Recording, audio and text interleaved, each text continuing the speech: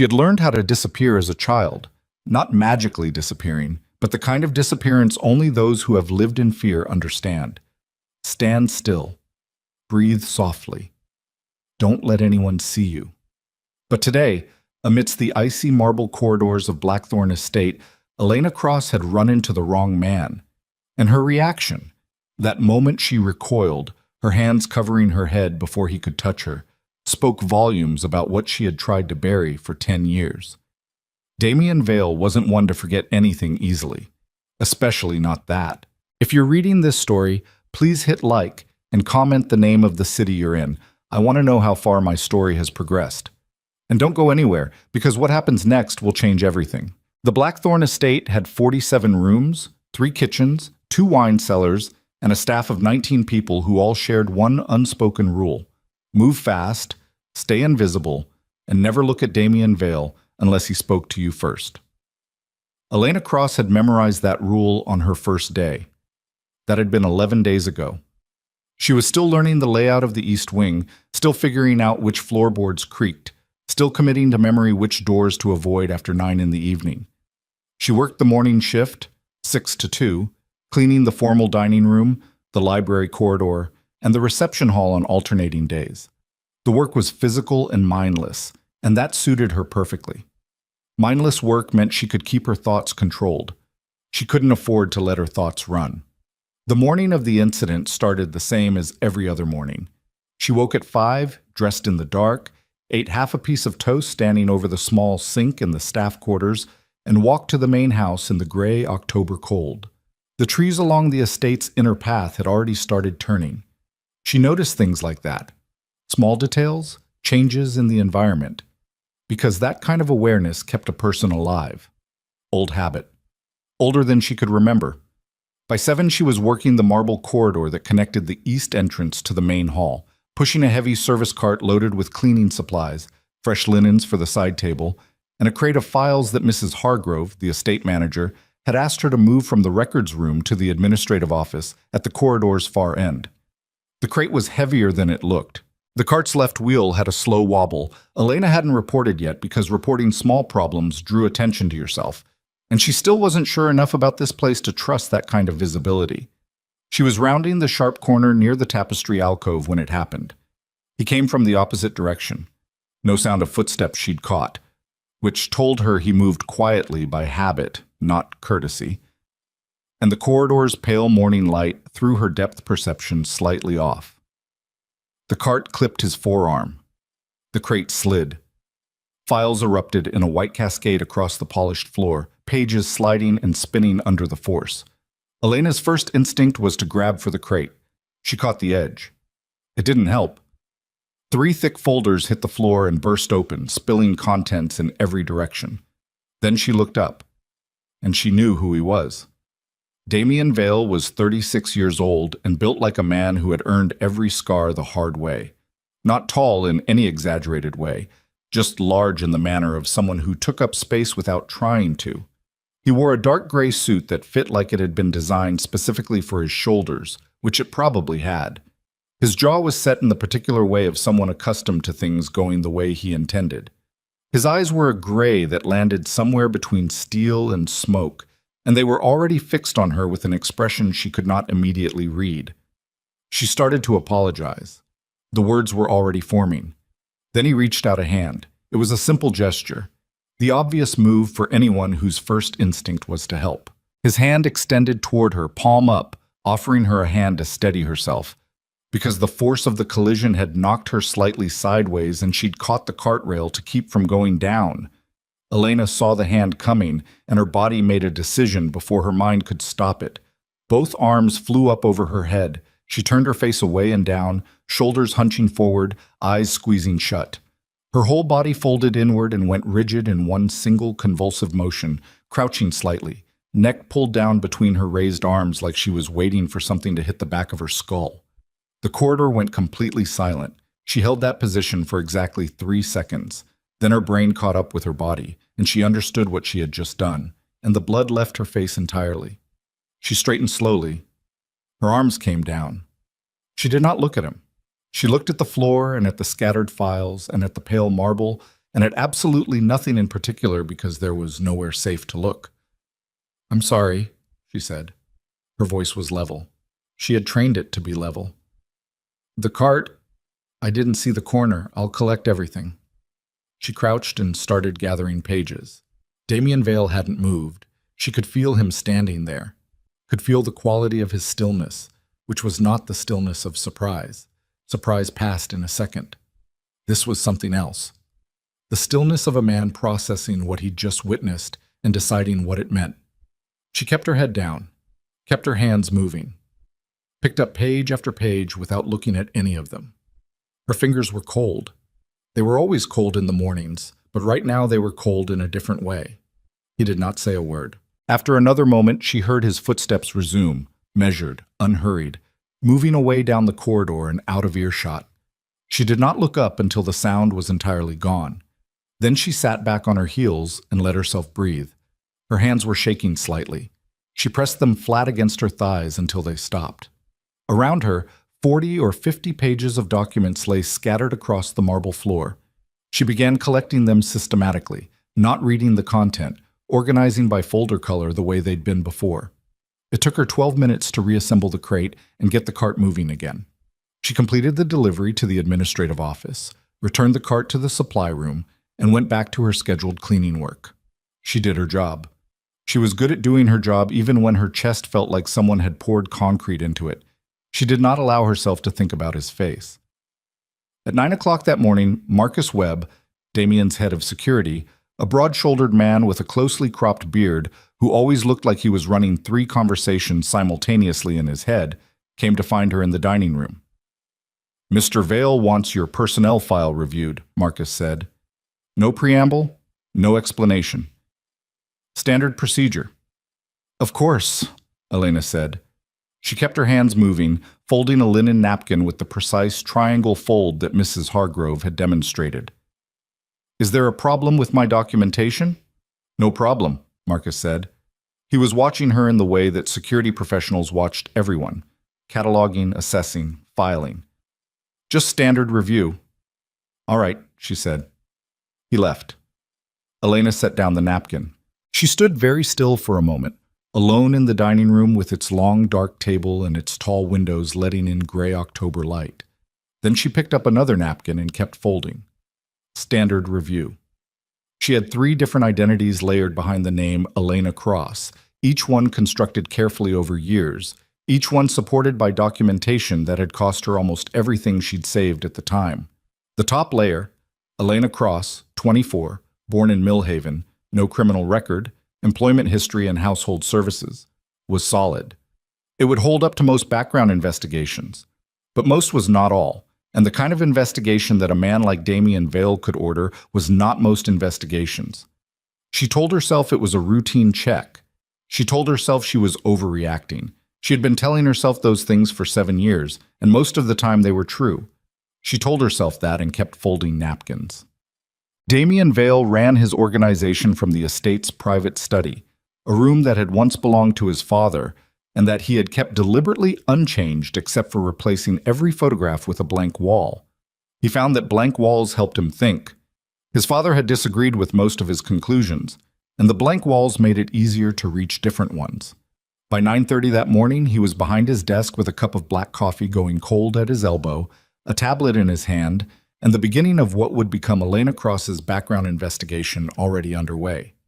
He had dictated the request to Marcus with 5 words: everything you can find. Marcus, who had been with him for 11 years, knew what that meant and had not asked questions. What Marcus brought back 3 hours later was a file 22 pages long. The first 18 pages were clean, verifiable. The kind of background that suggested significant resources had been spent making it verifiable. That alone was notable, not because the documentation was poor, but because it was slightly too thorough in the particular way that well-constructed cover identities always were. Too complete at the edges. Too consistent in places where genuine records tended to show small inconsistencies. The last 4 pages were where Marcus's team had started finding gaps. Elena Cross, according to her file, had been in the foster care system in the state of Orval from age 16 onward. Before 16, the records became sparse. There was a school enrollment record from a town called Crestfield, dated correctly, formatted correctly. But when Marcus's contact at the state education office pulled the actual archive, the enrollment card wasn't there. There was a pediatric medical record from Crestfield dated 2 years earlier that referenced a prior treating physician in a facility in Dunmore County. But when they checked Dunmore County records, that facility had been a private clinic that closed 14 years ago and whose patient files had supposedly been transferred to state archives. And the transfer manifest listed file numbers but no names. The gaps weren't evidence of deception necessarily. Records went missing. Systems failed. Foster care files in particular were notoriously incomplete. But the pattern of the gaps was specific in a way that pulled at something in the back of Damien's mind. He set down the tablet.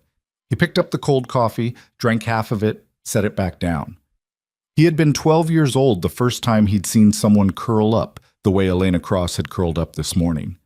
It had been a woman at a shelter his mother used to volunteer at on Thursday evenings, and someone had knocked over a broom near the woman, and the broom had hit the floor with a loud crack, and the woman had dropped down and covered her head exactly like that, both arms up, face turned, body compacted, before anyone could say a word.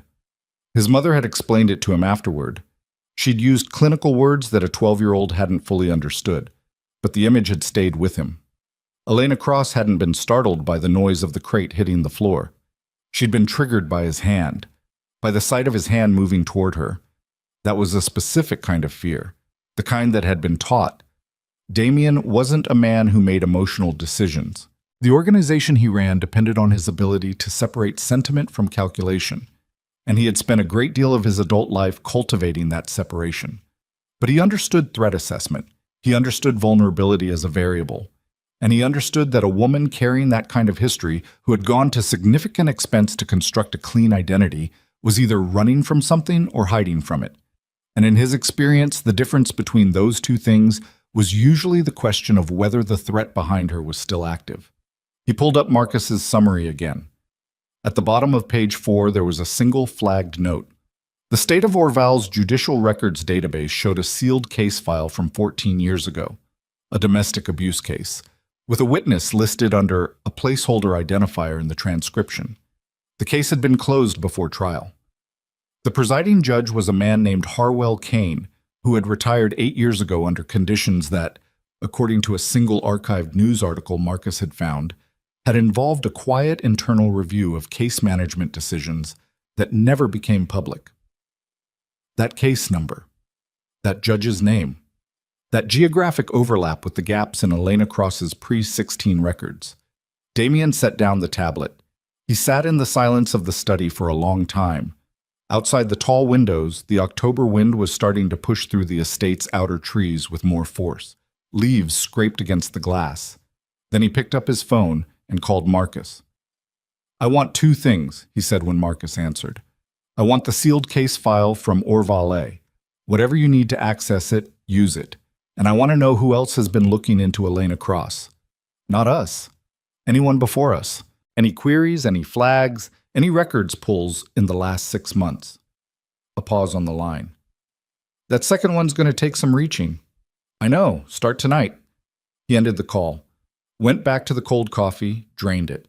The woman on the corridor floor that morning had gathered those pages with her hands shaking and her jaw set and her eyes focused on nothing at all, and she had not said a single word more than necessary, and she had not looked at him once. That particular combination, the iron self-control layered directly over a flinch response, that old and that deep, wasn't something you built. It was something you survived into. He did not know yet what he was going to do with any of this, but he had started looking, and Damien Vale did not stop looking once he started. Elena finished her shift at 2 o'clock, returned her cleaning supplies, signed out on the staff register, and walked back to the staff residence at the estate's rear. Her room was small and faced the inner garden wall, which she preferred because it meant no one could approach the window from outside without crossing open ground. She had rearranged the furniture her first night, moved the bed so it didn't face the door directly, placed the single chair where she could see both the door and the window from it. Small adjustments, the kind that looked random unless you understood why someone made them. She ate dinner alone in the staff kitchen when the evening crew had cleared out. Soup from a can, bread. She sat at the table and ate without tasting it and thought about the morning with the methodical care of someone doing damage assessment. The personnel file review was the problem. Not because Elena Cross wasn't real enough to withstand scrutiny at most levels, she was, but because Damien Vale's resources were not most levels. She had come to the estate because it was supposed to be low-profile work in a high-security environment where outside threats couldn't reach her easily. The Blackthorn estate had controlled access, monitored grounds, and a staff turnover low enough that unknown faces got noticed. She had calculated that the difficulty of reaching her here outweighed the risk of being visible on the estate's employment rolls. She had not calculated on the collision. She had not calculated on the flinch. She put her bowl in the sink and rinsed it and stood at the kitchen window looking at the dark garden and tried to calculate now. If the review turned up anomalies in her documentation, she had three options. She could request to leave the position voluntarily, citing a personal matter. She could do nothing and wait to see how deep the review went. Or she heard footsteps in the corridor outside the kitchen, unhurried, deliberate. They stopped outside the door. A pause. Then a knock. 3 even knocks, which was the staff signal. Not the security team's pattern, which was 2 in 1. She dried her hands on a dish towel, crossed to the door, opened it. Mrs. Hargrove stood in the corridor holding a sealed envelope. The estate manager was a spare woman in her 60s with hair the color of pewter and eyes that had seen approximately everything and were surprised by none of it. She extended the envelope without expression. "Mr. Vale asked me to deliver this personally," she said. Elena took the envelope. It was plain, no name on the outside, sealed with a plain adhesive strip, nothing decorative. "He said there's no response required tonight," Mrs. Hargrove added, "but he'd appreciate it if you read it this evening." Then she left. Her footsteps retreated down the corridor without hurry, without looking back. Elena stood in the kitchen doorway holding the envelope. The overhead light hummed. Outside, the wind was picking up, rattling something against the garden wall. She went back to the table, sat down, looked at the envelope for a long moment, then she opened it. Inside was a single sheet of estate stationery. The handwriting was firm and slightly angular, the handwriting of someone who wrote by hand frequently and without self-consciousness. 3 sentences. "You are not required to explain anything to me. You are not in danger here. I have asked my team to ensure that. No signature, no name, nothing else." Elena read it 3 times. She set it down on the table. She pressed her fingertips flat against the wood the way she did when she needed to feel something solid and real and outside of her own head. 3 sentences, no demands, no questions, no condition attached. She had been waiting for the condition for so long that the absence of it felt almost more frightening than any condition would have. Outside the kitchen window, the October wind pushed harder through the trees, and somewhere in the estate's upper floors, a light was still burning. She did not sleep that night, and in the study above her, she would not know until much later. Neither did Damien Vale, because by midnight, Marcus Webb had called back with the answer to the second request, and the answer had made everything infinitely more complicated. Someone had been searching Elena Cross's identity trail for the past 4 months. The searches were careful, indirect, the kind of methodology that suggested professional resources and deliberate patience. They had started 6 weeks after a sealed court archive in the state of Orval had been flagged for a scheduled destruction review, the kind of bureaucratic routine that happened when old cases were cleared from backlogged storage. The kind of flag that, if someone were watching the right systems, would tell them that a sealed case from 14 years ago was about to have its records permanently eliminated, or accessed one last time before they were gone. Whoever was looking for Elena Cross wasn't trying to find her to help her. Damien stared at that information for a long time in the dark of his study, with the wind at the windows and the estate quiet around him. Then he picked up his phone again, not to call Marcus this time, to start making the kind of arrangements that meant he had already made his decision, even if he wasn't yet entirely sure what decision that was. The morning after the envelope, Elena did what she always did when something threatened to crack the careful architecture of her ordinary life. She worked. She was in the library corridor by 6:15, 45 minutes before anyone else on the morning crew arrived, running a dry cloth along the lower shelves with the mechanical focus of someone trying to use physical motion as a lid on something that wanted to boil over. The corridor smelled like old wood and lemon oil, and the particular cold of a large house before its heating system had fully caught up with the morning. Her breath made small clouds in the air near the windows. She had read the note 4 more times before finally folding it and sliding it into the lining of her left shoe, which was where she kept things she couldn't afford to lose and couldn't afford to have found. 3 sentences. No demands. She had turned each sentence over like a stone, looking for what lived under it, and found nothing she could use as evidence of danger. That absence was its own kind of danger. She knew better than to trust the absence of visible threat. The library corridor had 16 panels of built-in shelving on its west wall and 4 tall windows on the east. Elena was working her way north to south along the shelving when she heard the door at the south end open, and she did not need to look up to know it wasn't a staff member. Staff moved differently in the morning. Slightly sluggish, coffee-dependent, wearing their fatigue openly. This footstep was alert. She looked up anyway. Marcus Webb stood at the south end of the corridor with his hands in his coat pockets and his expression doing the thing it always did, which was reveal absolutely nothing. "Early," he said. "I like the quiet," she said. He walked toward her at an unhurried pace, looking at the shelving rather than at her in the way people did when they wanted you to believe they weren't studying you. She went back to her cloth and the shelving. "Mr. Vale would like to meet with you this morning," Marcus said. 9 o'clock, the private study." She kept her hand moving along the shelf. "Is this about the personnel review?"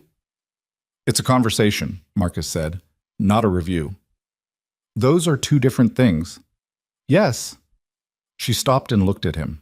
He was watching her now, openly, with the frank assessment of someone who had given up pretending he wasn't assessing her. She looked back with the same directness. She had learned that breaking eye contact first was a form of concession she couldn't afford. 9 o'clock, she said. 9 o'clock, he confirmed. Then he left the way he'd come, footsteps even and unhurried, and the door at the south end opened and closed. Elena turned back to the shelving.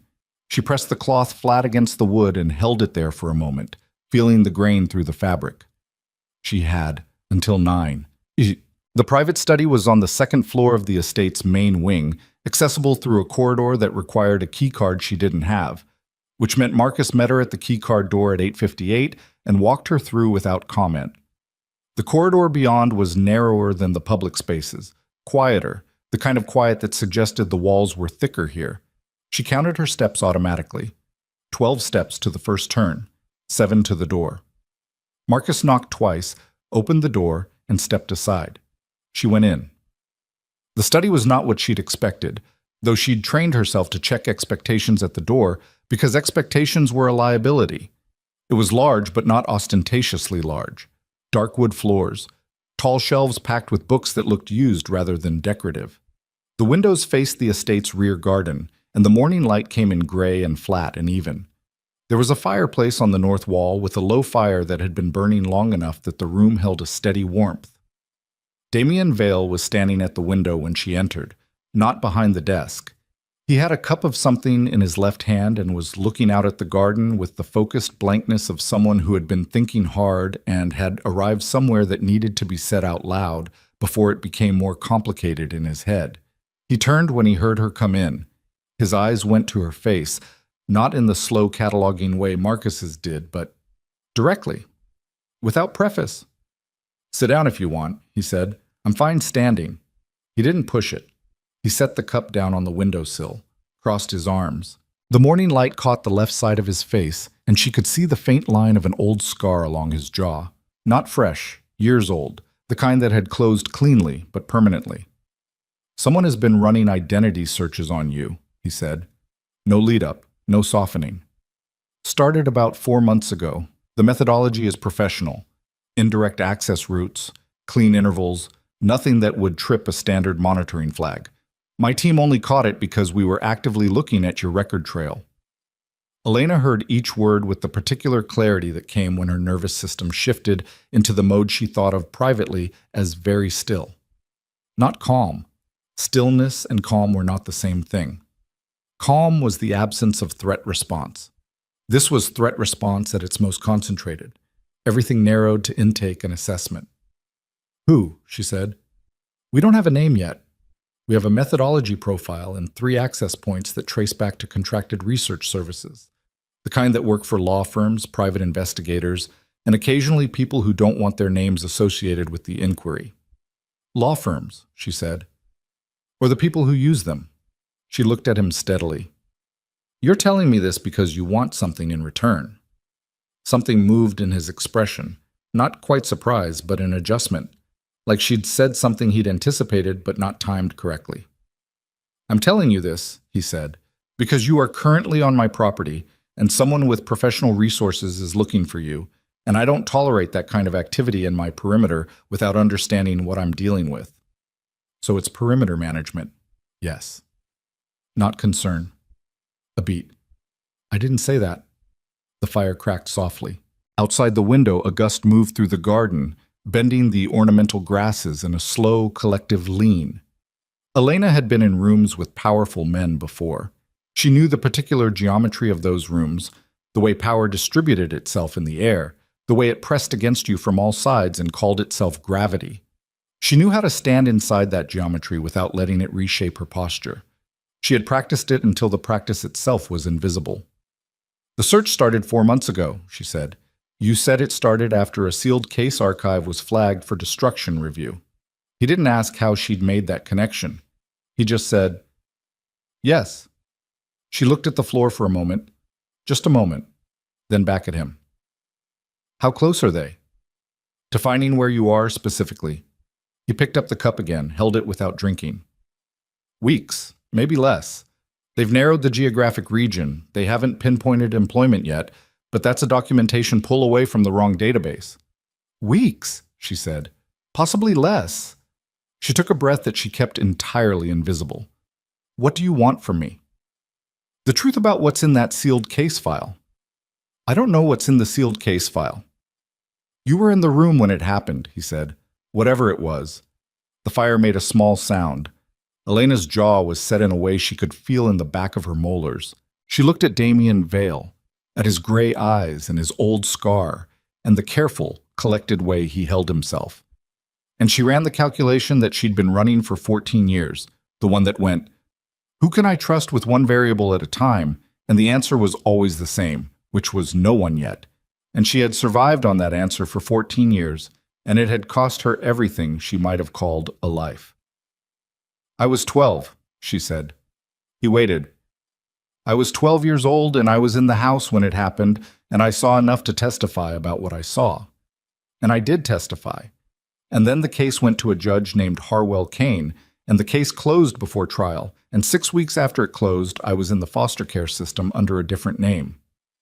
She said all of it flat and level, the way you said things you had rehearsed so many times that the emotion had been sanded off the surface of the words.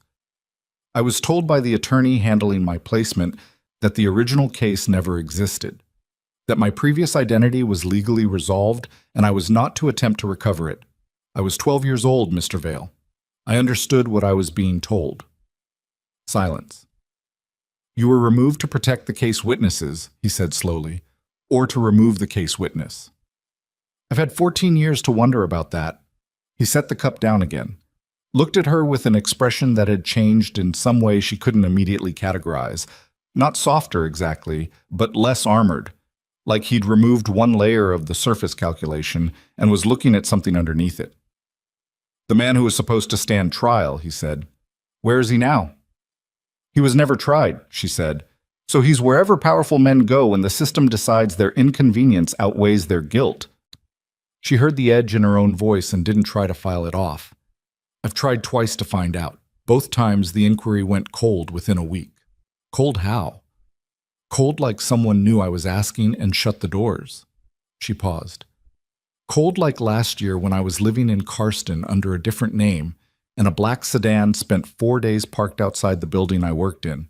And then the day I noticed it was gone, my supervisor called me into his office and said my position had been eliminated due to restructuring, and gave me a severance check for exactly the amount a background check would have cost someone to run on me. She stopped. I left Karsten that night. Damien was very still. That's why you took a position in a controlled environment, he said. That's why I took a position in a controlled environment. And the documentation. Took me 3 years to build. Cost me everything I had at the time. She met his eyes. It's solid at the level most investigations reach, but not at yours. He looked at her for a long moment without speaking. She held it, did not look away, did not shift her weight or let any of the physical tension she was carrying become visible in her posture. All right, he said finally. All right, what? All right, I'm not going to dismantle it, he said, and I'm not going to report what my team found to anyone outside this room. She heard that, held it. Why? Because whoever is looking for you isn't doing it through legitimate channels, and that tells me what side of this they're on. He picked up the cup a third time, looked into it, set it down with the finality of someone who decided the coffee wasn't worth the cup. And because a sealed case involving Harwell Kane and a 12-year-old witness who was relocated and re-identified doesn't get sealed for clean reasons.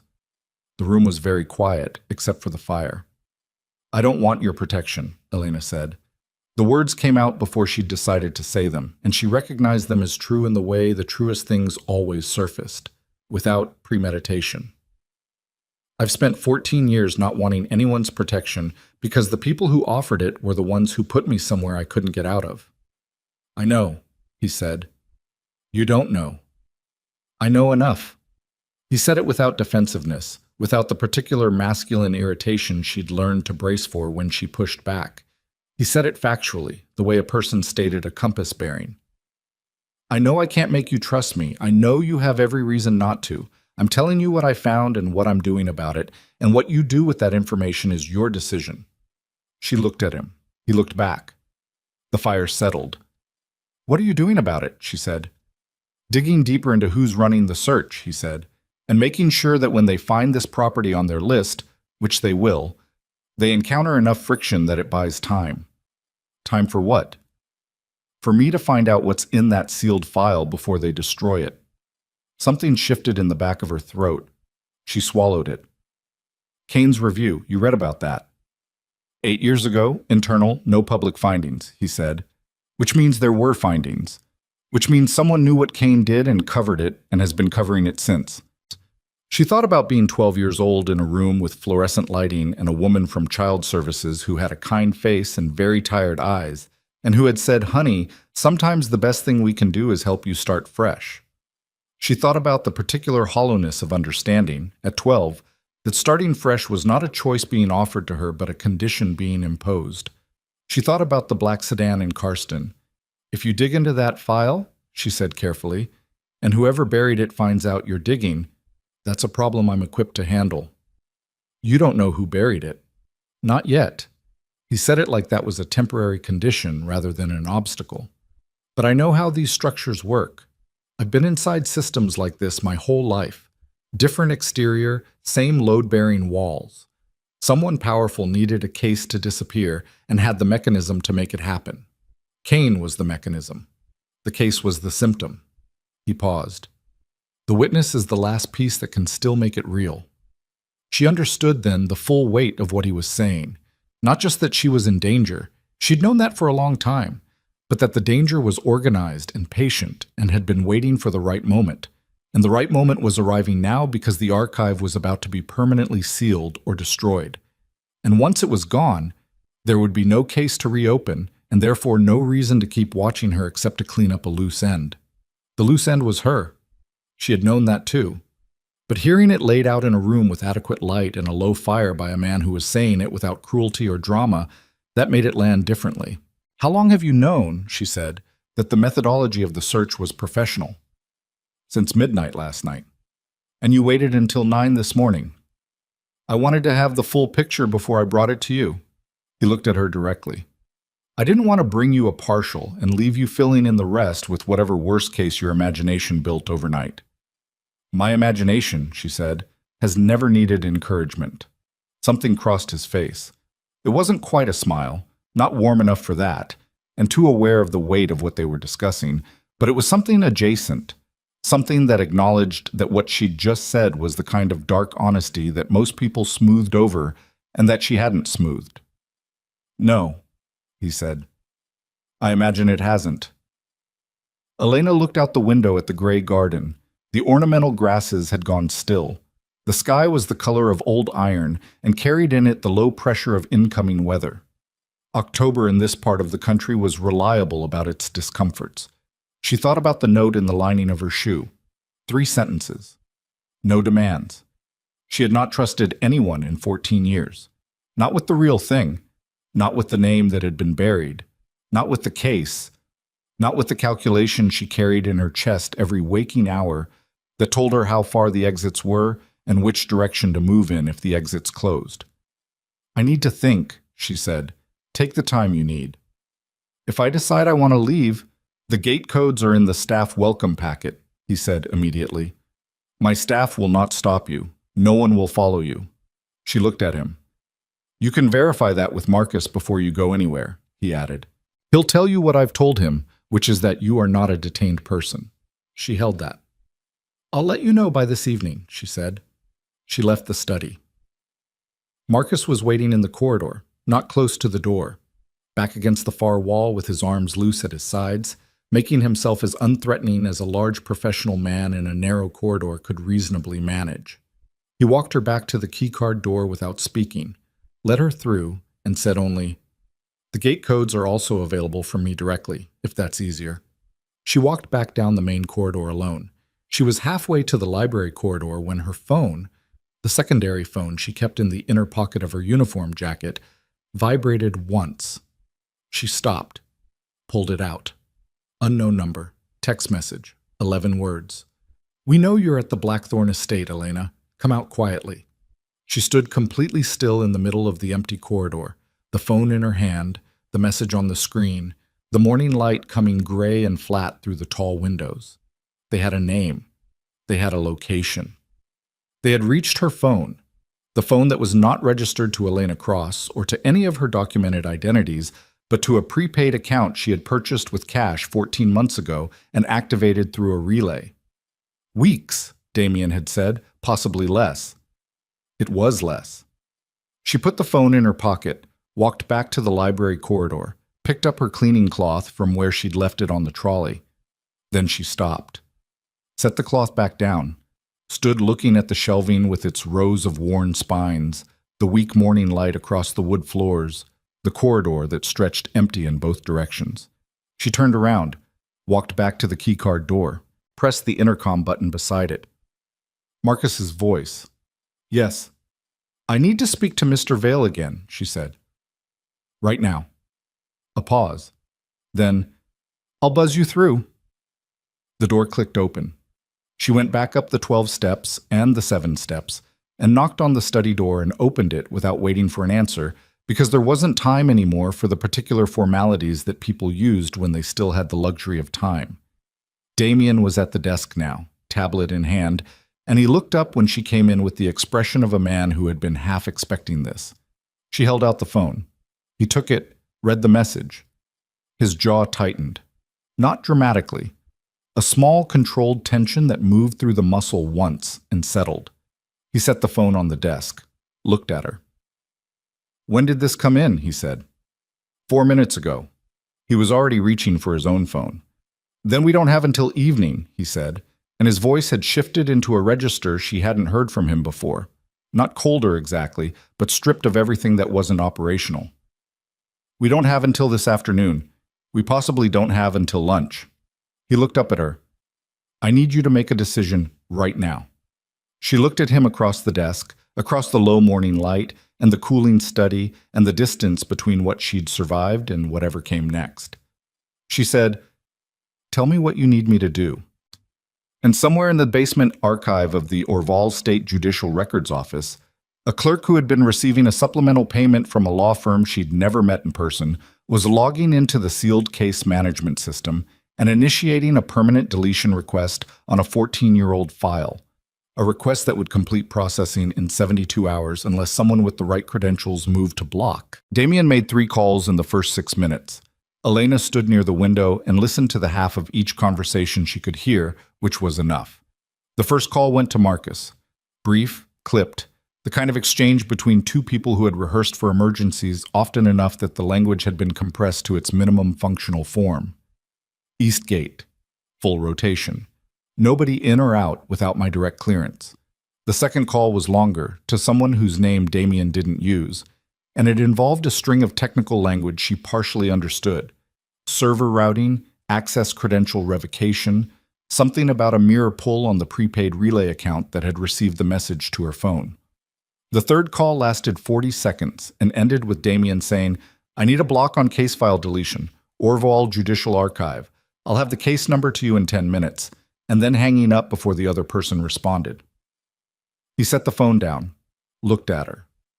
"The deletion request on the archive file," he said. "When did it initiate?" "I don't know that it did."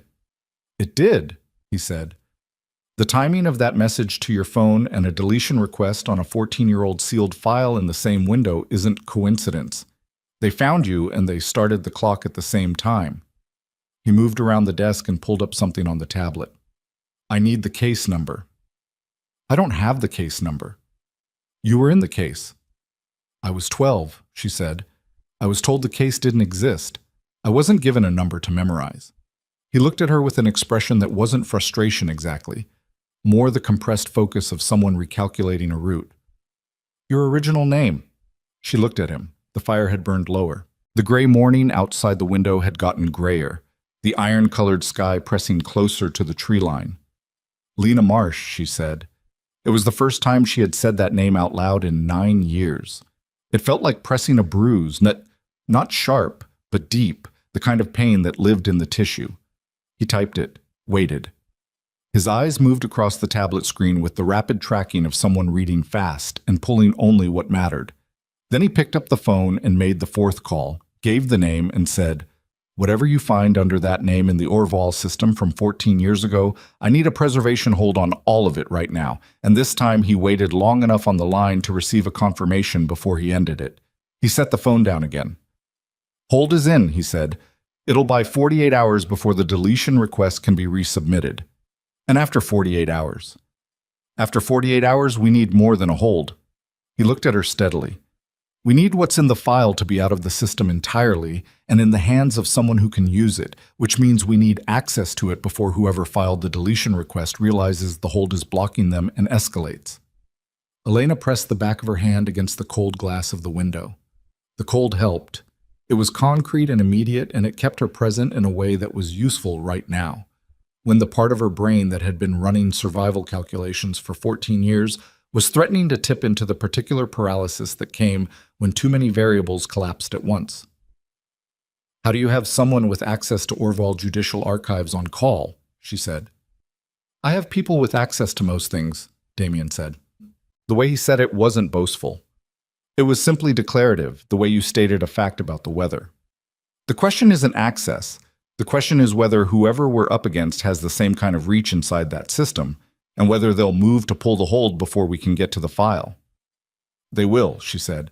"Whatever law firm is running this has had 14 years of practice at making things inside that system disappear." "Then we move today." He walked to the door. "Marcus?" The door opened. Marcus was already there, which meant he'd been standing close, not eavesdropping exactly, but positioned for exactly this. "Get Reyes on a plane," Damien said. "Today. And pull everything we have on a retired judge named Harwell Kane, full history, all associations, anyone he was connected to during his time on the bench, and after. I want it before noon." Marcus looked once at Elena, a single assessing glance, not hostile, purely informational, and then he left. Damien turned back to her. "Are you all right?" "I'm functional," she said. "That's not the same thing." "No," she agreed. "It's not." By 10:30, the estate had changed. She felt it before she could point to specific evidence. A tightening of the perimeter, a shift in the movement patterns of the security staff, the way certain doors that had been casually left open were now pulled shut. 2 additional vehicles had come through the main gate. She'd watched them from the window of a second-floor sitting room where Marcus had suggested she wait while Damien's team assembled. She didn't wait well. She never had. She was standing at the window when the sitting room door opened, and a woman she hadn't seen before came in carrying a laptop and a leather document sleeve and moving with the brisk efficiency of someone who had not come to make small talk. She was perhaps 40, dark-haired, with the kind of face that suggested she had been pretty in a conventional way at some earlier point in her life and had long since stopped caring about that. "You're Elena," the woman said. Not a question. "Yes." "I'm Carla Reyes." She set the laptop on the table and opened it. "I specialize in judicial record systems and evidence chain documentation. Mr. Vale contracted me for a situation 6 years ago, and apparently I made an impression." She said it without warmth or false modesty, just stating a professional history. "Sit down. I need everything you remember about the original case. Everything, not just what you testified to, everything you saw, heard, or were told. We start at the beginning." Elena sat. She talked for 40 minutes. It was the longest she had spoken about any of it in years, and Reyes interrupted constantly, not rudely, but with the precise interruptions of someone whose questions were tools, used to open specific drawers rather than make conversation. What room? What time of day? Who else was in the building? What was said before that exactly? What words? Elena answered each one. Her voice stayed flat. She had put the emotion somewhere else for right now. She would deal with it later or not. When she finished, Reyes sat back and looked at the notes she'd typed, and was quiet for a long moment. "The Kane Review," Reyes said. 8 years ago." "I know it happened," Elena said. "I don't know what they found." "I know what they found," Reyes said, "because I was part of a legal team that tried to use it in a parallel case 3 years later and got shut down by a federal court injunction that came out of nowhere and cost 2 of our clients everything." She looked at Elena with an expression that had something hard in it. Not anger exactly, but the compressed residue of anger that has been carried a long time. "Harwell Kane didn't just bury your case. He was one node in a network that has been managing judicial outcomes in this region for at least 20 years. Your case was one of 11 we've been able to partially document." The room was very quiet. 11, Elena said, "that we know of. The actual number is likely higher." Elena looked at the table, at the grain of the wood, at her own hands resting on it. She thought about being 12 years old and being told the case didn't exist. She thought about the woman with the kind face and the tired eyes. She thought about the careful structure of 11 buried cases, each one a life, each one a 12-year-old or a battered woman or a person who had made the mistake of telling the truth in front of the wrong judge. "Who's running it?" she said. Her voice was very even. "That's what we don't have," Reyes said. Kane was the mechanism. The mechanism had to be operated by someone. The internal review got close enough that someone felt they needed to retire Kane quietly, rather than risk him cracking under full investigation, but the person or people above him were never identified. She paused. "Which means they're still there, still operating." Elena looked up. "And the archive file?" "The archive file from your original case is one of 3 sealed files we believe contains documentation of direct communication between Kane and whoever was directing him," Reyes said. "Not testimony. Actual written communication, correspondence. The kind of thing that was sealed rather than destroyed because destroying it would have required explaining what it was." She closed the laptop. "Someone has figured out that the sealed status doesn't protect it anymore now that the archive is going through a records review, which is why they initiated the deletion." "And why they sent someone to find me," Elena said. "You're the only surviving witness who was present during a case communication," Reyes said. "If the file is preserved and the correspondence is authenticated, you can place Kane in the room. Without you, the correspondence is suggestive but deniable." She looked at Elena directly. "With you, it's prosecution." The word landed in the quiet room with its full weight. Elena stood up. She needed to stand. She walked to the window and back and stood at the edge of the table and put both palms flat on the surface and breathed through it, the full, crushing scale of it. And then she straightened and pulled her hands back and said, "All right, what do we need to do?" The answer to that question occupied the next 4 hours. And those 4 hours had the quality of fast, focused work that temporarily suspended the larger fear by replacing it with immediate tactical problems. Reyes worked the digital side, Remote access to the Orval archive system through channels Elena didn't ask about and didn't need to understand. Damien's tech team worked a parallel track, trying to identify the source of the message sent to Elena's secondary phone. Marcus managed the estate's physical security with the quiet effectiveness of someone who had done this before and bore it without drama. Elena was given a room on the second floor. An actual room, not the staff quarters, a guest room with a real bed and a window that faced the inner garden. And she was told it was hers for as long as she needed it. She hadn't asked for it and didn't know what to do with the fact of it. She sat on the edge of the bed for 3 minutes, then went back downstairs because sitting still felt like something she couldn't afford. At 2 in the afternoon, Damien found her in the kitchen. Not the staff kitchen, the main kitchen, which was empty at this hour between meals.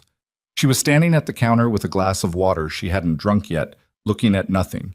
He didn't say anything immediately. He poured himself a glass of water from the same pitcher and stood on the other side of the counter. Reyes is close to a full extraction of the file, he said. She thinks tonight. Good, Elena said. The source of the message to your phone traced back to a relay in the city. The relay was registered to a shell company that connects through 3 intermediary entities to a law firm called Pendergast Whitmore. She didn't recognize the name. She said so. They primarily represent high net worth clients in civil litigation, he said, which means they're a hired instrument, not the origin, but it gives us a thread. A thread isn't enough. No, he agreed, but it's the beginning of a thread, which is more than we had this morning. She drank some of the water. It tasted like cold and nothing else, which was what water was supposed to taste like. And she noticed that detail with the odd peripheral clarity of someone whose attention had been running on emergency power for hours. You should eat something, he said. I'm not hungry. That's not what I asked. She looked at him. There was something in the way he said it, not paternal, not soft, just pragmatic. The way someone who understood physical logistics said a thing because it was true. That was easier to receive than concern would have been. Later, she said. He nodded. Let it go. That was something she was beginning to understand about him. The specific quality of his restraint, which wasn't distance, but the decision not to push past the point where pushing would cost more than it gained. She was about to say something else when Marcus appeared in the kitchen doorway. The look on his face stopped her. We have a problem, Marcus said. Damien set down his glass. Reyes, Marcus said. She found something in the file. That's the point, Damien said. Not the file she was extracting. Marcus's eyes moved to Elena for a fraction of a second and then back to Damien. A secondary file. Cross-reference to the original case number but sealed separately, under a different classification. She found it because it's flagged to the same deletion request. What's in it? Damien said. A pause. The kind of pause that meant what came next was going to change the shape of something. A payment record, Marcus said, routed through a series of municipal accounts. It documents the financial arrangement between Kane and the party directing him. He stopped. Marcus, Damien said quietly. The account the payments originated from, Marcus said, traces to the Vale Foundation. The kitchen went absolutely silent. Elena heard her own breathing. She heard the low hum of the refrigeration units. She heard the wind outside the kitchen windows, the same October wind that had been pushing at the estate all day. She looked at Damien. His face had gone very still, not pale, still. The particular stillness of a man encountering a fact that he is rapidly processing from every angle simultaneously, looking for the flaw in it that will make it not true. That's not possible, he said. His voice was level, controlled. But something under the control was not level at all. The account is from 18 years ago, Marcus said, before you took over the foundation, during your father's tenure. The silence stretched. Elena watched Damien's face do something she hadn't seen it do before, absorb something that hurt him. Not the physical flinch she understood, not the whole-body collapse of old trauma, but the quiet implosion of a person discovering that the past they thought they'd separated themselves from had reached forward through time and taken hold of the present. Your father, she said. She said it carefully, not as an accusation, as a question with the accusation already visible inside it. Damien looked at her. His eyes were the same gray they always were, and they had the same directness, But something underneath the directness had been disturbed, something that had been resting undisturbed for a long time. "My father," he said, "has been dead for 6 years. But his financial arrangements haven't," Marcus said. Not cruel, factual, the way Marcus was always factual, because that was the professional discipline he ran on. And whoever is running this network has had access to those records the entire time, which means they've been holding it, Damien said slowly, as insurance, as leverage, Marcus said, against you, against the foundation, against anyone who might inherit the exposure. Elena set her glass down. She looked at the two men, at the security professional, whose face showed the strained neutrality of someone delivering news he'd known was going to land like a demolition charge, and at the man who was absorbing the demolition with the locked jaw and the very still eyes of someone who refused to let it knock him off his feet in front of other people. "They're not just looking for me," she said. "They've been managing you too. They just hadn't needed to use it yet." "Until now," Damien said. "Until you started digging," she said. "Until you ordered the preservation hold, until you pulled Reyes in." She breathed through it. "They weren't just sending me a message this morning, they were sending you one." Damien looked at her for a long moment. Then he looked at Marcus. "Lock down everything connected to the foundation accounts," he said. "Every transaction record, every cross-reference, everything from my father's tenure and forward. I want it in a secured archive before the end of today." He paused. "And get Reyes in here." Marcus left. Elena and Damien stood on opposite sides of the kitchen counter in the hum of the appliances and the gray afternoon light. She looked at him, and he looked back, and she thought about trust, about the 14-year ledger of it that she'd kept, the way she'd entered every data point and come up with the same answer every time, which was that the cost was too high and the return wasn't guaranteed. She thought about the note in the lining of her shoe. "This changes things for you," she said. "Yes," he said. "The risk is different now. What they have on your father's accounts, that's exposure you didn't have this morning." "I know." "If you step back now, you could—" "I'm not stepping back," he said. Not heated, not defensive. Just stated the way a load-bearing fact was stated. "My father made whatever arrangements he made, and I will deal with that separately. But it doesn't change what was done to you. It doesn't change what was done to 11 cases. And it doesn't change the fact that someone is trying to permanently erase the documentation of all of it." He held her eyes. "If anything, it makes it more important that we don't let them." She looked at him. She thought about the 12-year-old girl in the fluorescent room who had been told the truth was something that needed to be buried for everyone's protection, including her own. She thought about what it had cost her to believe that. She thought about 7 years of careful disappearing, of half-eaten breakfasts and rearranged furniture and secondary phones, and the weight of a name she couldn't say out loud.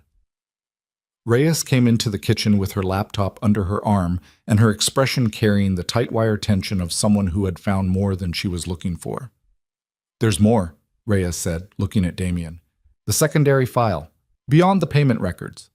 She set the laptop on the counter between them.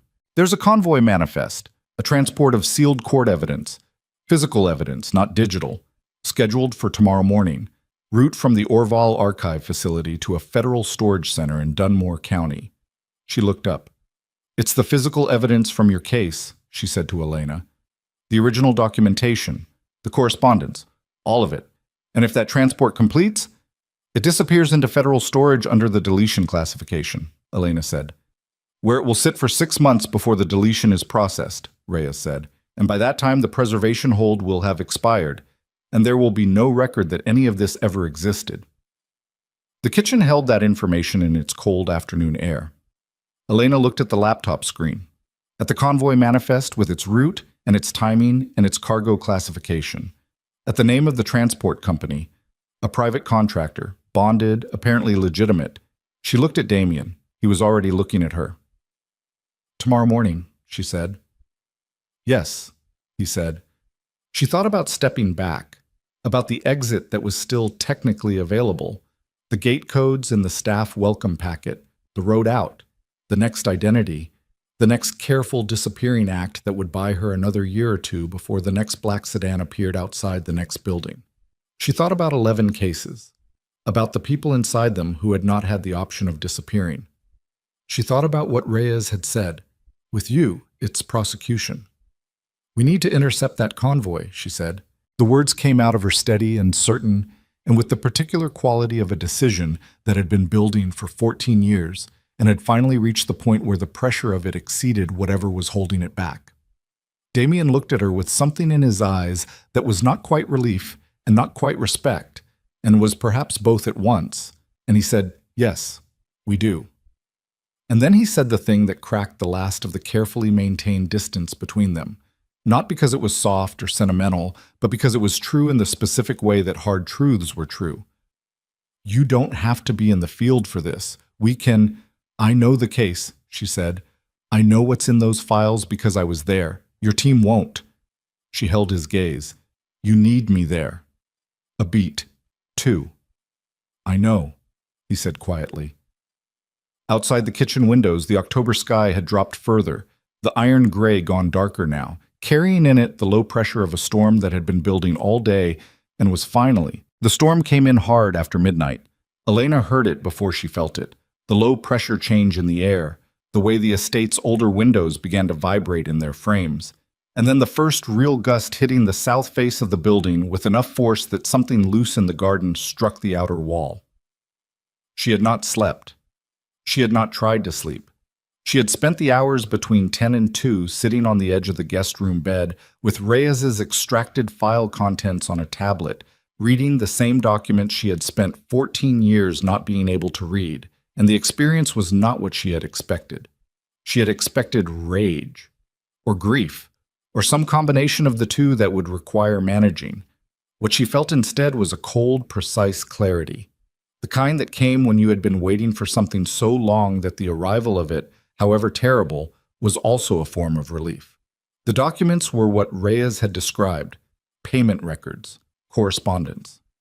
7 letters between Harwell Kane and a party identified in the records only by an account reference, a reference that Reyes had spent 3 hours tracing and that connected, through the Vail Foundation's 18-year-old transaction history, to a man named Gordon Ashwell, former state assembly member, current partner at Pendergast Whitmore, the man whose name appeared on the firm's letterhead that Marcus had pulled from the shell company registration connected to the relay that had sent the message to Elena's phone. The architecture of it was elegant in the particular way that structures built by careful, patient people were elegant. Each layer insulated the next. Each connection had a legitimate surface. It had taken 14 years and a records deletion request, and a woman who refused to disappear permanently to begin pulling it apart. At 2:15, Damien knocked on the guest room door. She opened it before he finished knocking. He looked at her face and said, "You found Ashwell." "Reyes connected the account reference an hour ago," she said. "She sent it to you?" 10 minutes ago." He had the tablet in his hand. He had also apparently not slept. His jacket was gone, his shirt collar open, and the quality of his alertness was the wired kind that came from hours of sustained focus rather than rest. "We have a name. We have documentation connecting him to Kane. We have the correspondence." He paused. "And we have 4 hours before that convoy leaves the Orval archive facility." "Tell me the plan," she said. He told her. The convoy route ran 63 miles through 3 counties, moving northwest from the Orval archive facility to the Federal Storage Center in Dunmore. The road passed through 2 stretches of rural highway where the distance between populated areas was significant, and the cellular coverage was inconsistent, factors that Damien's team had mapped against the convoy's scheduled timing and identified as the operational window. The plan was not subtle. There was no time for subtle. Damien's team would intercept the convoy at the second rural stretch, approximately 40 miles into the route, using a road blockage staged as an infrastructure emergency. The physical evidence would be transferred to a secure vehicle and transported directly to a federal contact, a deputy U.S. Marshal named Garrick, who had been working the edges of the Orval corruption question for 2 years, and who Reyes had vouched for with the specificity of someone who had run her own verification on him independently. The transfer would be accompanied by the digital documentation Reyes had extracted, transmitted simultaneously to 3 separate secure locations so that no single interdiction could suppress it. Elena's role was to be present for authentication. She was the chain of custody link, the witness who could place the physical evidence in the context of the original case, who could testify that the correspondence was consistent with what she had seen and heard at 12 years old in a room she had never been allowed to forget. She had said yes to this the previous afternoon. In the full light of the plan laid out in operational detail at 2 in the morning, she said yes again, this time knowing exactly what yes meant. At 3 o'clock, she changed into the clothes Marcus had left outside her door. Dark pants, a thermal layer, boots with ankle support, practical things. She was tying the laces on the second boot when she reached into the lining of her left shoe, the old shoe, and took out the folded note. 3 sentences. She read them once and put the note in the pocket of the thermal layer, close to her chest, not for sentiment, but because she had decided that what it represented was worth keeping close when things got difficult. At 3:40, she was in a black SUV moving south through the pre-dawn dark with Damien in the front passenger seat and 2 of his security team, a man named Costa, who was large and quiet, and a woman named Delgado, who was neither large nor quiet, but moved with the compressed efficiency of someone trained by a branch of the military she hadn't named, in the rear with her. Marcus was running coordination from the estate. Reyes was transmitting documentation from a secure location she had not disclosed. The storm was still active. Rain came in lateral sheets against the SUV's windows. The windshield wipers ran at maximum and still left smear trails of visibility that the driver, a taciturn man called Brennan, who handled the wheel with professional calm, compensated for by slowing the vehicle and increasing the following distance from other traffic. There was very little other traffic. 4 in the morning on a rural highway in a storm meant the road was mostly theirs. Elena watched the dark landscape run past the window. Fields, tree lines, the occasional cluster of lights that indicated a farm or a service station. Her heartbeat was elevated but controlled. She had learned over years to treat her own physiological responses as data rather than experiences, information about her state that she could use or override depending on what the situation required. Right now, her heartbeat was telling her that her body understood the stakes. She was using that rather than fighting it. Damien had his phone in his hand. He was communicating with the intercept team ahead, a separate vehicle that had gone out earlier to stage the blockage. In short, precise exchanges that she could partially hear over the storm noise. At 4:17, his phone buzzed with a single message. He read it and said, "Convoy is on schedule, 2 vehicles, a transport van, and a security escort. Private contractor team, 4 personnel." "Armed," Costa said from the back. It was not a question. "Contracted security," Damien said. "Standard load." "Ashwell's people?" Elena said. "The contractor has done prior work for Pendergast Whitmore," Damien said. "Draw your own conclusion." She drew it. At 4:50, Brennan slowed the SUV and pulled onto a gravel service road that ran alongside a stand of trees bordering the highway. Ahead, through the rain and the dark, Elena could see the orange hazard lights of the intercept team's vehicle positioned across the road. The staging looked good, convincing enough in the rain and the dark to read as a legitimate emergency. They waited. The convoy appeared at 5:03, headlights pushing through the rain. It moved at a conservative speed. The storm was slowing everyone, and slowed further when the driver registered the obstruction ahead. The escort vehicle pulled up close behind the transport van.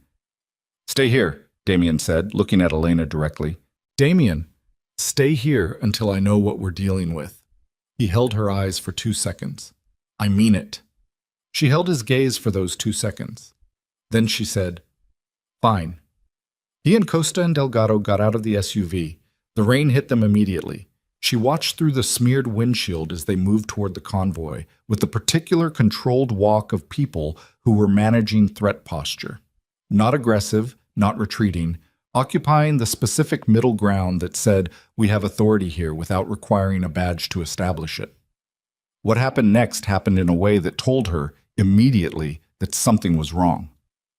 The escort vehicle's doors opened before Damien's team reached the front of the transport van. 4 people got out. That was the right number for a standard contracted security team. The wrong thing was the positioning. They didn't take the vehicle protection stance of people surprised by a road emergency. They fanned out, deliberately. into a covering formation that suggested they had been briefed on exactly this scenario. Elena sat forward. Brennan said, "Miss, they knew," she said. "They knew we were coming." Brennan already had his phone up. She could hear him trying to reach Marcus. Through the windshield, she watched Damien stop walking. She watched the realignment happen. The four-person security team establishing positions, one of them speaking into a radio, and Damien doing the precise calculation she could read in his stillness from 40 meters away in the rain and the dark. Outnumbered, partially exposed, the intercept team ahead blocked by the convoy position. She got out of the SUV. The rain was cold and immediately soaking. The highway asphalt was slick under the boots, and she oriented herself by the hazard lights and the headlights and moved toward the scene at a pace that was fast but not running, because running across wet asphalt in the dark was how you went down before you reached what you were running toward. Damien heard her coming. He turned his head a fraction, and his jaw tightened, but he didn't tell her to go back, which she read correctly as him understanding that the situation had changed enough that the original instruction no longer applied. One of the security team, a heavy-set man in a waterproof contractor jacket holding a position near the transport van's rear doors, called out through the rain, "Road is secured. Turn your vehicles around." "We have federal authorization for an evidence review," Damien said. The rain was flattening his voice slightly. He kept it even. "Stand down and we do this clean." "You don't have federal anything," the man said. "You have a problem." A pause in which the rain was the loudest thing. Then the rear doors of the transport van opened from the inside. A man stepped out onto the wet highway. He was 60-something, wearing a coat that was too good for the weather and the hour, with the silver hair and the groomed authority of someone accustomed to being the most powerful person in whatever room he occupied. He stepped down from the van with the careful deliberateness of someone managing a bad knee, and he stood in the rain and the headlights and looked at Damien Vale across 30 feet of wet asphalt with an expression of absolute composure. "Gordon Ashwell," Damien said. His voice had changed, still controlled, but stripped of everything except the essential. "Mr. Vale," Ashwell said, "you've caused a considerable amount of trouble in the last 24 hours. "I'm just getting started." Ashwell's eyes moved past Damien and found Elena. They held on her for a moment with the particular quality of a man looking at a problem he has been managing for a long time and has grown impatient with. "Miss Marsh," he said, her real name. In the rain and the dark on a rural highway at 5 in the morning, she felt it hit her sternum like a hand pressed flat against her chest. She said nothing. "You've been very persistent," Ashwell said. "I'll give you that. Most people in your situation would have accepted the resolution they were offered a long time ago." "The resolution you offered me," she said, "was a new name and instructions to disappear." "And a safe life," he said, "which you would have had." "Safe for you," she said. Ashwell looked at her without hostility, which was worse than hostility would have been. He looked at her with the calm of someone who had removed people from the equation before and found it untroubling. "The documentation your associate extracted from the archive," he said, looking back at Damien, "has been flagged and blocked by a federal court order filed 40 minutes ago. The order was processed by a judge in the Third Circuit who has jurisdiction over the archive facility." He paused to let that land. "The extraction is inadmissible. The preservation hold is dissolved, and the convoy completes its route this morning regardless of whatever you have staged ahead of us on this road." Elena watched Damien absorb that, watched the calculation run behind his eyes. "Which judge?" Damien said. "That's not information I'm required to share with you." "You're not required to share anything with me," Damien said. "You're also not required to be standing on a highway in the rain at 5 in the morning watching a convoy personally, but here you are, which means you're not as confident in that court order as you're presenting." Something flickered in Ashwell's expression. Small, controlled, but there. "Move your vehicle from the road," Ashwell said. "The documentation Reyes extracted went to 3 separate locations," Damien said. "A court order on the archive source doesn't touch what's already been transmitted." "Transmitted to whom?" Ashwell said. "A disbarred attorney and a criminal organization? You think a federal prosecutor is going to take evidence from Damien Vale's team without scrutiny that will take months and cost you everything you're trying to build?" He shook his head, and the rain ran off the silver hair in small streams. "You're not law enforcement. You're not a journalist. You're a man with a criminal history and a dead father whose financial records are about to become extremely interesting to a federal grand jury if you continue this." He said it without heat. "Walk away. Take the girl with you. The file is destroyed in 72 hours, and this is over."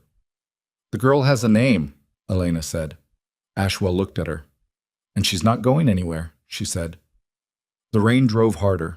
Somewhere on the highway behind the convoy, Elena heard another engine. She didn't look away from Ashwell. Costa had heard it too. She could tell by the fractional shift in his stance. Damien heard it. "Brennan?" he said without raising his voice. Brennan's voice came back from somewhere behind her. "Second escort vehicle. Came from the south. They had a rear unit." 6 security personnel then, not 4. Ashwell had staged a rear unit that had been waiting down the road. The configuration had changed completely. Damien's team was now between 2 armed groups on a wet rural highway in a storm with federal documentation that may or may not be legally viable, and a court order of unknown validity, and the man responsible for burying 11 cases standing 30 feet away in the rain. Elena thought very fast. She reached into the pocket of her thermal layer, past the folded note, to the secondary phone, the one that had received the message that morning. She had kept it. She had kept it because it was evidence, and because discarding evidence was a habit she had specifically not allowed herself to cultivate. She looked at Ashwell and said, "Does a federal prosecutor take evidence from a 12-year-old witness whose identity was illegally suppressed under judicial corruption?" She held up the phone. "Because I've been recording this conversation since I got out of the car." Ashwell's composure moved. It did not break. He was too experienced for that. But it moved in the way that the surface of deep water moved when something large shifted underneath it. "That's inadmissible without—" "I'm not a law enforcement officer," she said. "I'm a private citizen, one-party consent state. Everything you've said about the court order, the judge, Pendergast Whitmore—" She held the phone steady in the rain. "It's been transmitting to Marcus Webb at the Vale Estate since I pressed the button. And Marcus Webb transmitted it to Deputy Marshal Garrick 40 seconds ago," Damien said. He said it with the quiet of someone who had just watched a calculation complete. Ashwell looked at him. "You brought a federal judge into a Third Circuit order at 4:30 in the morning," Damien said. "Which means you made a call. Which means there's a record of the call. Which means Garrick now has your voice on a wet highway discussing the suppression of federal evidence, a judge's name connected to an emergency midnight ruling, and 20 years of payment records connecting you to Harwell Kane." He paused. "How long do you think it takes to pull a judge's phone records when a deputy marshal has cause?" The rear security vehicle had stopped. Its doors had not opened. The 4 personnel near the transport van were still in position, but the formation had changed, a subtle shift. The shift of people who were reassessing whether their employer's situation was one they wanted to be standing inside. Ashwell stood in the rain with his good coat soaked through and his silver hair flattened and his face doing the thing that faces did when the structure that had been holding everything up made a sound that structural things only made once. Then one of the security team's radios crackled. Elena heard it from 30 feet away. A voice she didn't know, asking for a status report on the convoy route. Ashwell reached for his own phone. Costa moved. He was fast for a large man. 4 steps, and he was close enough that Ashwell's hand stopped moving with Costa's hand already extended in the professional gesture that meant don't. Ashwell looked at the hand, looked at Costa, looked at Damien. "This isn't finished," he said. "No," Damien said. "It isn't." Then the sky opened up. The rain that had been driving since midnight doubled in force with the particular violence of a storm hitting its peak. Sheets of it, near horizontal, the kind that made it briefly impossible to see more than 10 meters, and that turned the highway surface into a moving sheet of water. In the chaos of it, 2 of the security team near the van broke from their positions, one toward the escort vehicle, one toward the road shoulder. Delgado moved to cut off the van's driver door. Costa kept his position near Ashwell. Elena heard something above the rain. She turned. The intercept team from the road blockage ahead had come back on foot, moving fast along the highway shoulder, and with them was a man she hadn't seen before. Dark jacket, a federal identification she could just make out in the swinging light of a phone torch, moving toward the convoy with the purposeful stride of someone who had been waiting for exactly this moment. Garrick. He had been closer than they'd planned for, which meant he had moved when Damien made the call before the convoy had even been reached, positioning himself for the contingency that everything went wrong. Elena thought, he knew it was going to go wrong. She thought, Damien knew it was going to go wrong too. She stood on the wet highway with the rain coming down like a judgment and looked at the man who had buried her life at 12 years old, and she felt something she had not expected to feel in this moment, which was not triumph and not relief, and not the rage she'd anticipated, but a deep, exhausted, bone-level steadiness, the kind that came not from winning, but from no longer running. Garrick reached Ashwell. He said something she couldn't hear in the rain. He produced a document.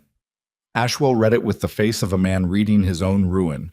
Then Garrick turned and looked at Elena across the wet asphalt in the rain and the headlights, and he said, loudly enough to carry, "Miss Marsh, I need your testimony. Are you willing to provide it?" She looked at the name.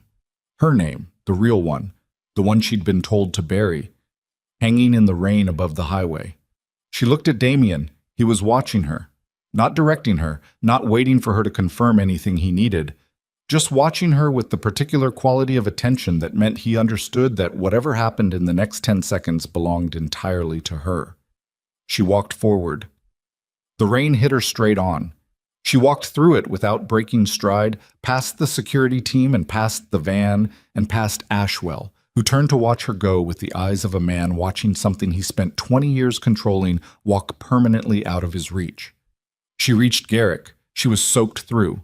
Her hands were cold and her heartbeat was slamming and her jaw ached from the hours of keeping it set. "Yes," she said, "I'm willing." And in the rear of the transport van, under the cold overhead light that someone had switched on, the physical evidence of 14 years of buried truth sat in sealed boxes waiting to be opened by someone who finally had the authority to open them. But before Garrick could reach for the first, Garrick reached into the transport van and broke the seal on the first box with the particular care of someone who understood that what he was handling had been waiting a long time to be handled correctly. Elena stood at the van's open rear doors and watched him work. The rain had not stopped. It had reduced slightly, from the near horizontal violence of the storm's peak to a steady, heavy fall that drummed against the van's metal roof and ran in sheets off the highway surface and soaked through everything she was wearing all the way to the skin. She did not move to shelter. She was not ready to step back from this yet. The first box contained manila folders, their edges yellowed, held together with rubber bands that had gone brittle with age. Garrick lifted the first folder and opened it with gloved hands, and she could see from where she stood the header of the document inside, case number, date, jurisdiction.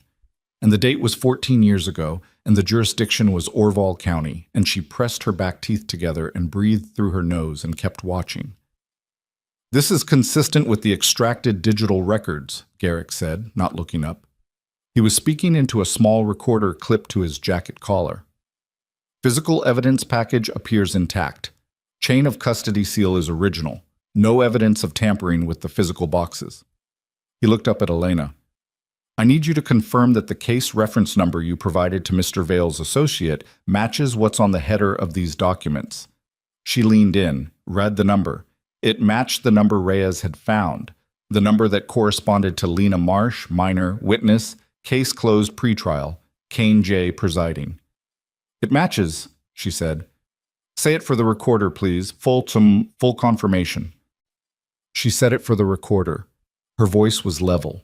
The rain fell on both of them, and the recorder caught her voice, and she said the case number and her original name and the date, and confirmed that the documentation matched, and the words felt like pulling something out of the ground that had been buried with her hands 12 years ago. Dirty work, necessary work, the kind that left marks. Ashwell was in the back of the escort vehicle with two of Garrick's colleagues. She could see the vehicle parked 30 meters back, its windows fogged. She did not look at it for long. She had looked at him enough on the highway in the rain, had said what needed saying, and what remained to be done with Gordon Ashwell was not her work. It was the work of prosecutors and grand juries and the particular machinery of accountability that she had spent 14 years not being able to access. That machinery was moving now. She could feel it the way you felt a current change in water. Not visible, but present, pulling in a new direction. Damien appeared at her left shoulder. He had a jacket, his own, dry, which meant he'd retrieved it from the SUV, and he held it out without speaking. She looked at it. She looked at him. Then she took it and put it on over her soaked thermal layer, and the warmth of it was immediate, and she hadn't realized until that moment how cold she'd gotten. Garrick's team will transport the evidence and Ashwell to the federal facility in Dunmore, he said quietly. They'll process the arrest there. The court order Ashwell cited is being reviewed by the Circuit Oversight Office. Garrick thinks it'll be vacated within hours once they have the recording and the paper trail connecting it to Ashwell's call. The judge who signed it, she said. We'll have a conversation with federal investigators before noon, he said. Whether that conversation goes well for him depends on how cooperative he decides to be. She nodded. The documentation Reyes transmitted, she said. All 3 locations received it? Confirmed before we got out of the car, he said. It's in the hands of a federal oversight attorney, a journalist at the national desk of a paper that Reyes trusts, and a secure legal archive maintained by a civil rights law organization. He paused. Even if every other thread gets cut, it exists in 3 places that Ashwell's network can't reach simultaneously. She looked at the van, at Garrick's gloved hands moving through 14 years of buried truth. It's not over, she said. Ashwell is one name. The network is going to take time, he said. I know. Garrick knows. Reyes knows. He was quiet for a moment. But it started, and it can't be unstarted now. She thought about that, about the difference between a thing being finished and a thing being begun. She had spent 14 years waiting for something to be finished, for the threat to resolve, for the weight to lift, for the particular exhaustion of vigilance to finally end.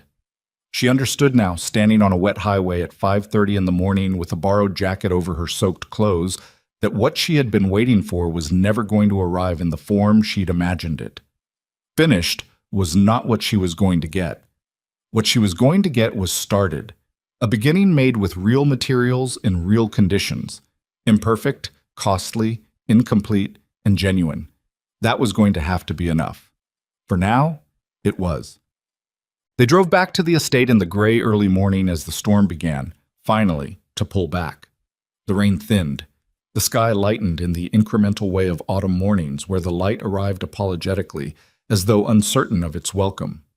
Elena sat in the rear of the SUV and looked out the window at the wet fields and the tree lines and the small lights of farmhouses coming on and said nothing, and no one asked her to say anything, and that silence was one of the better silences she'd experienced in recent memory. Garrick had taken her formal statement at the side of the highway before they'd left, standing under the partial shelter of the van's open rear doors, with the rain reduced to a fine mist. It had taken 35 minutes. She had answered every question completely and without omission. She had used the name Lena Marsh throughout, without flinching, because it was her name and she had decided somewhere on the highway in the rain that she was done treating it as a wound. When it was finished, Garrick had looked at her with the face of a professional who had been working the edges of something ugly for 2 years and had finally found the center of it. I want to tell you, he said, that what you did tonight, I know, she said. Not to cut him off, just because she did know and she didn't need it said, and she could see that he understood that. He nodded. We'll be in contact through Mr. Vale's attorney for the follow-up process. It's going to be thorough, and it's going to take time. I know that too, she said. She had known it all along. She was good at knowing difficult things. The estate looked different in the early morning after a storm.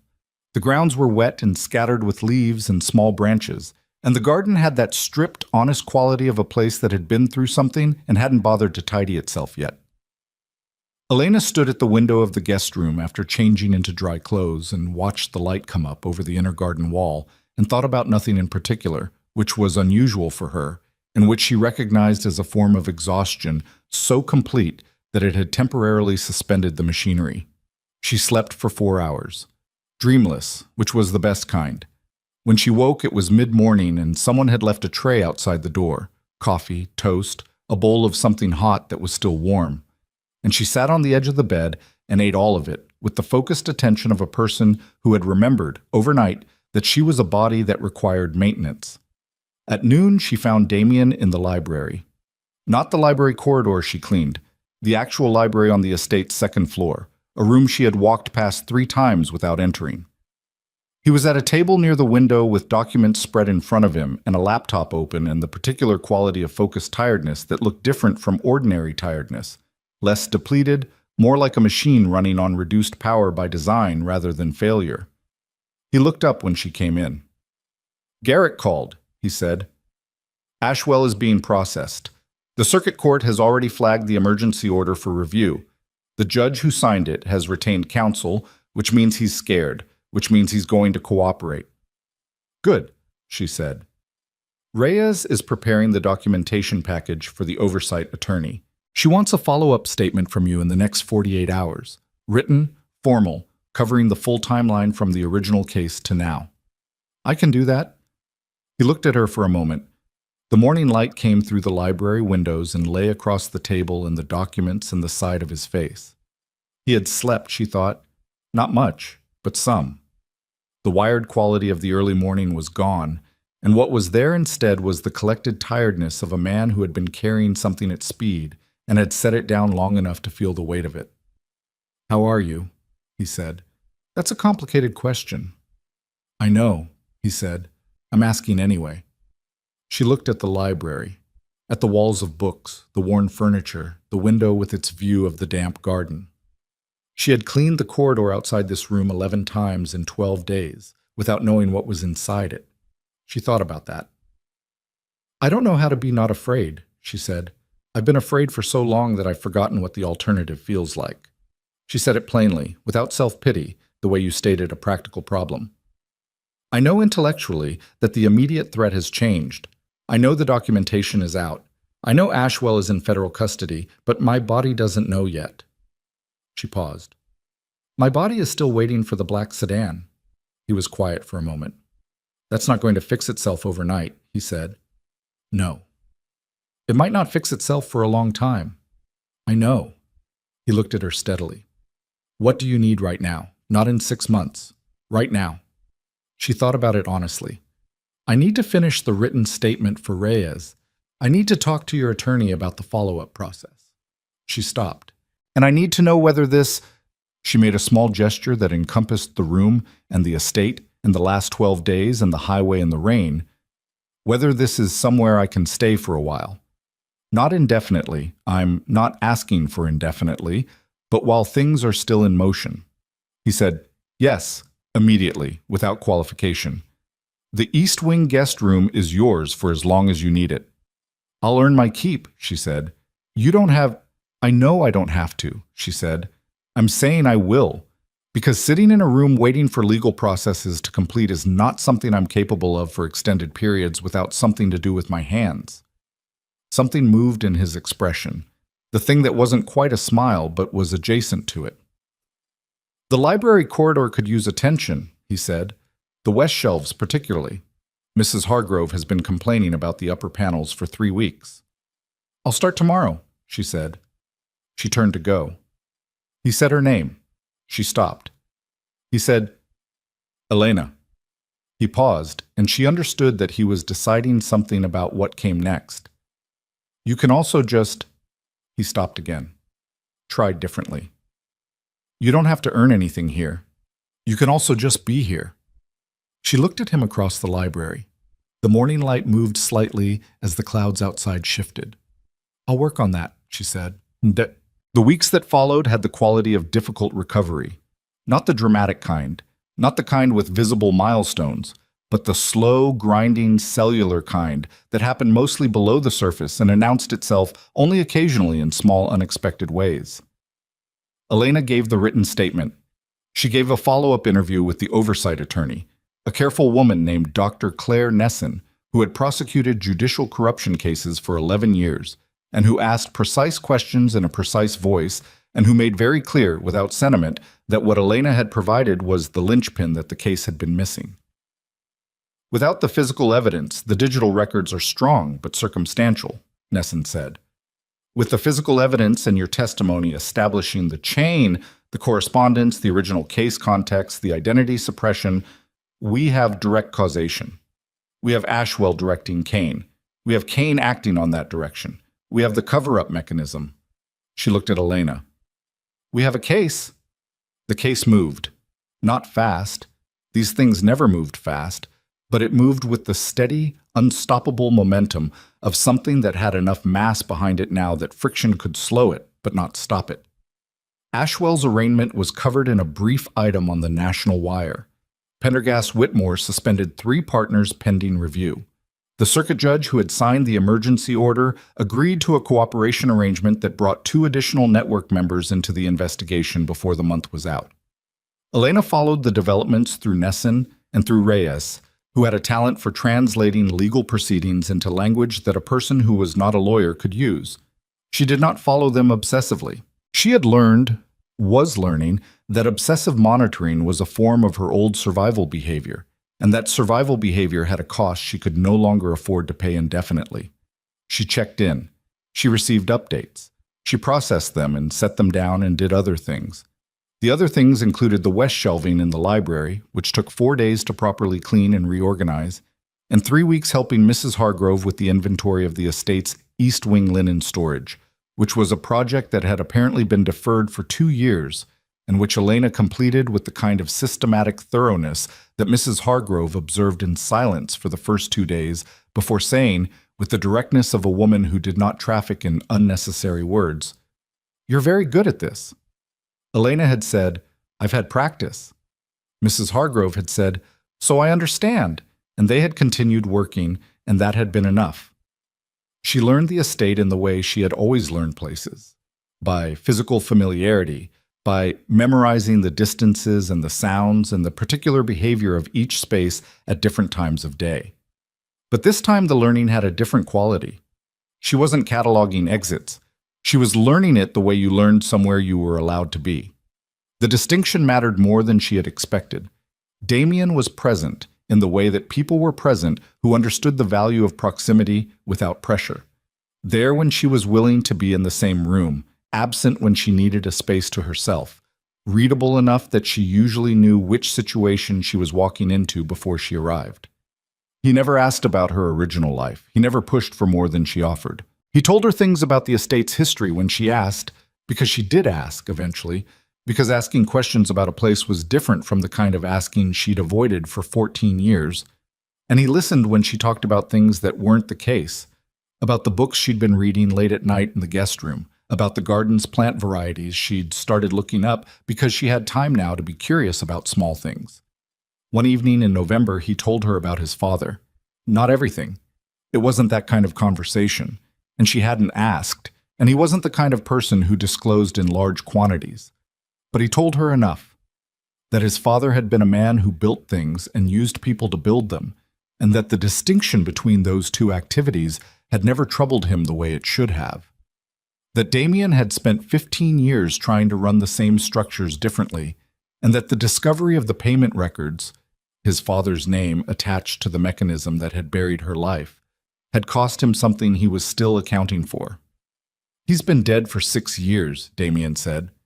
They were in the kitchen, the main kitchen, the same one where Marcus had delivered the news 2 months ago. The estate was quiet. It was late. I can't ask him. I can't confront him. I can't change what he did." He looked at his hands on the counter. "I can be responsible for the consequences of it, even though I didn't make the decision." "That's the part most people try to avoid," she said. "I know." He looked up at her. "I've seen what avoidance builds." She thought about that. "The Vail Foundation funding," she said. "The anonymous donation to the Legal Advocacy Center. That was you." He didn't confirm it immediately. Then he said, "The foundation funded it, the same accounts. You put the money to a different use." "It seemed like the minimum reasonable thing to do," he said. She thought about the minimum reasonable thing, about how rare it was, about how often people identified the minimum reasonable thing and found reasons not to do it. "That's not nothing," she said. "No," he said, "but it's not enough on its own." She knew he was right about that, too. In December, Nesson's office announced the first formal charges. Ashwell. 2 partners from Pendergast Whitmore, the circuit judge, and 3 additional defendants whose names Elena didn't recognize, but whose roles in the network Nesson explained carefully in a meeting that lasted 2 hours and covered 11 cases. The 11 cases Reyes had partially documented, each one now with a victim or surviving family member who had been contacted and who had, in varying states of exhaustion and grief and disbelief, agreed to participate in the proceedings.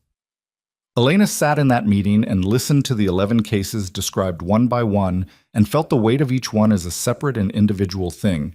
Not a statistic, not a total, but 11 specific lives that had been altered by a structure of deliberate corruption, and 11 people who had been living inside the consequences of that alteration without ever being told that they were not alone in it.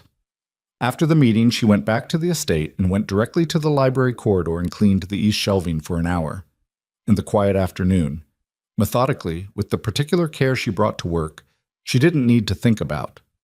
When she finished, she sat down on the low step stool she used for the upper panels and looked at the corridor's pale winter light and the worn floor and said nothing and thought nothing particular and just let herself be in the space for a while, which was not the same as being empty, but was adjacent to it in a way that felt, finally, like something she had earned. Well, the Advocacy Center opened its doors in early spring. It was a small building in the legal district, not impressive from the outside, not designed to be impressive, designed to be accessible. The signage was clean and unambiguous. Marsh Legal Aid Center, free civil litigation services for victims of judicial misconduct. The name had been Nesson's suggestion. Elena had resisted it for 2 weeks before understanding that resistance was its own form of hiding, and that she had decided to stop hiding, and that the name was therefore the right name. The opening was small.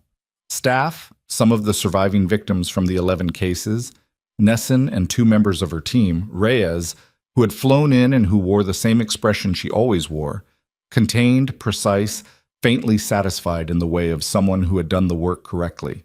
Marcus attended without being asked, standing near the door in the way Marcus stood near things, which was professionally and quietly. Damien arrived after everyone else. She had expected that. He was not someone who made entrances. He came in and spoke briefly with Nesson and with one of the victim's family members, and then made his way across the room to where Elena was standing near the window with a glass of water she wasn't drinking. He looked at the room, at the staff, at the signage visible through the interior window that faced the reception area. "How does it feel?" he said. She looked at the room too, at the people in it. The family member who was talking to Nesson now, who had been told at 42 years old that the case that had destroyed her mother's life was being reopened, who had cried in the initial contact call, in the way people cried when they had given up expecting something, and it arrived anyway. At Reyes, who was talking to one of the center's staff attorneys with the focused efficiency of someone immediately identifying the next useful thing to do. At the room itself, the clean lines of it, the good light, the shelves already loaded with reference materials. "Like something that should have happened a long time ago," Elena said. "And like something that matters more because it didn't." He was quiet for a moment. Then he said, "Nesson told me the first intake cases are already filed. 3 this week," she said. 2 from Orval County, 1 from Dunmore. He nodded. They stood at the window in the spring light. Outside, the street had the movement of an ordinary morning. People walking, vehicles passing, the small, unremarkable commerce of a day that contained nothing exceptional and therefore everything ordinary. She had forgotten what ordinary looked like from the outside. She had spent so long managing the exceptional that ordinary had become almost theoretical. It looked from here like something she could learn to live inside. Damien extended his hand. She looked at it. She looked at his face, at the gray eyes and the old scar, and the collected steadiness of him. Not a man who had arrived at peace, she understood, but a man who had chosen accountability over avoidance and was living inside that choice one day at a time and finding it, if not easy, then at least honest. She thought about the first time, the marble corridor, the files on the floor, her arms flying up over her head before she could stop them. The particular shame of that moment, not the flinch itself, but the exposure of it, the involuntary disclosure of something she had worked so hard to keep invisible. She thought about the note in the lining of her old shoe, which she still had, which she had transferred to a small box on the shelf in the guest room and had never thrown away. "You are not required to explain anything to me. You are not in danger here. I have asked my team to ensure that."